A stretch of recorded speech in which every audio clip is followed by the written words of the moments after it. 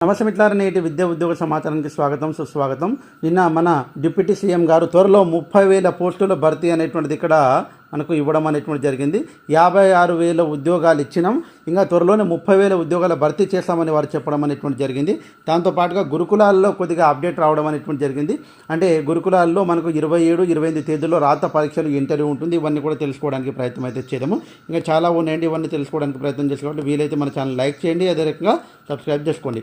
మెయిన్గా గురుకులాల్లో పోస్టులు అనేటువంటిది ఒకసారి చూసినట్లయితే మనకి ఇక్కడ చూడండి, సాంఘిక సంక్షేమ శాఖ గురుకుల విద్యాలయాల CEO కాలేజీలో IIT, JEE, NEET, CMA, clot తరగతికి సంబంధించినటువంటి శిక్షణ ఇచ్చేందుకు వృత్తి అర్హత అనుభవం కలిగినటువంటి నిష్ణాతులైనటువంటి బోధకుల నుంచి తాత్కాలిక పద్ధతిలో పనిచేసేందుకు దరఖాస్తులు చేసుకోవచ్చని మంగళవారం ప్రకటనలో తెలపడం అనేటువంటి జరిగింది. 27న మ్యాథ్స్, ఫిజిక్స్, కెమిస్ట్రీ బోధకుల కోసం గౌలిదొడ్డి హైదరాబాద్, 28న బాటనీ, జువాలజీ, అదేవిధంగా CMA, క్లాట్ కోసం నార్సింగ్ హైదరాబాద్లో రాత పరీక్ష డెమో ఇంటర్వ్యూ నిర్వహిస్తామని తెలిపారు.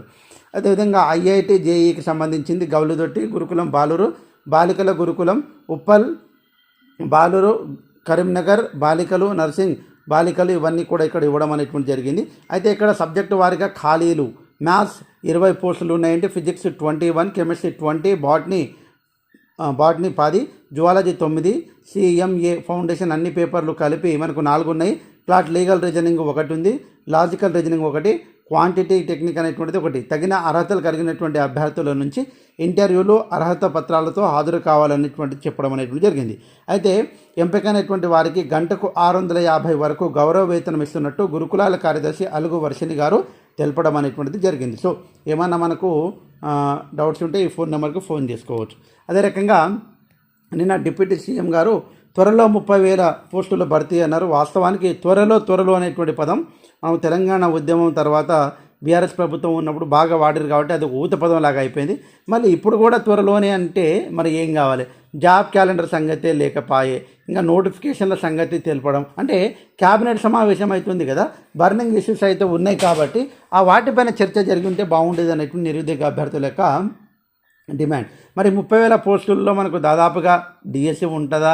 అదేవిధంగా మనకు ఇప్పుడు పోలీసు ఉద్యోగాలు ఉంటాయా, అంగన్వాడికి ఉంటాయా, GPకి సంబంధించిన ఇవన్నీ కూడా డౌట్స్ ఉన్నాయి. ఆ 30,000 ఉద్యోగాల్లో కూడా ఏవేవి అనేటువంటిది క్లారిటీ ఇవ్వాలి. క్లారిటీ మిస్ అయ్యే కన్ఫ్యూజన్ చేసే నిరుద్యోగులతోటి అందరూ కూడా ఆడుకుంటూ ఉన్నారు. కాబట్టి సో ఏది ఏమైనా తప్పకుండా త్వరలో అంటున్నారు. బట్ ఎంత త్వరగా వస్తే అంత త్వరగా మంచి సార్.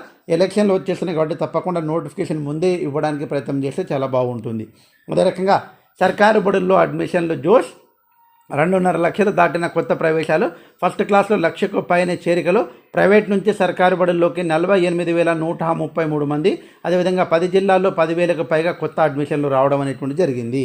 కాబట్టి సర్కారు బడి, కొత్త వరిబడి, రాష్ట్ర వ్యాప్తంగా ప్రభుత్వ పాఠశాల పెరిగిన అడ్మిషన్లు. కాబట్టి తప్పకుండా అయితే ప్రభుత్వం భరోసా కల్పించి ఇంకా ఈ DSE కూడా ప్రకటన చేసి జూన్ 12 లోపల అంటే జూన్ లోపలనే భర్తీ చేసేటువంటి ప్రక్రియ అయ్యుంటే ఇంకా బాగా సంఖ్య అనేటువంటిది పెరిగేటువంటిది. కాబట్టి ఆ వైపుగా ప్రభుత్వం ఆలోచించి ఉంటే ఇంకా బాగుంటుంది అనేటువంటిది నా వ్యక్తిగతమైనటువంటి అభిప్రాయం.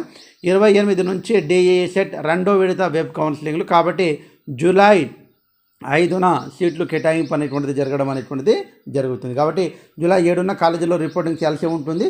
అదేవిధంగా కన్వర్షన్ కోడ్ ద్వారా సీట్లు పొందిన అభ్యర్థులు జూలై 10 నుంచి 11 లోపు నిర్దేశించిన ఫీజు చెల్లించి సంబంధిత కాలేజీలో రిపోర్ట్ చేయాలని వారు చెప్పడం అనేటువంటిది జరిగింది. సో ఏది ఏమైనా తప్పకుండా ఎప్పటికప్పుడు ఇన్ఫర్మేషన్ కోసము, క్లియర్ కట్ ఇన్ఫర్మేషన్ కోసం మన ఛానల్ని లైక్ చేసుకోండి, అదే రకంగా సబ్స్క్రైబ్ చేసుకోండి. Thanks for watching. All the best. By.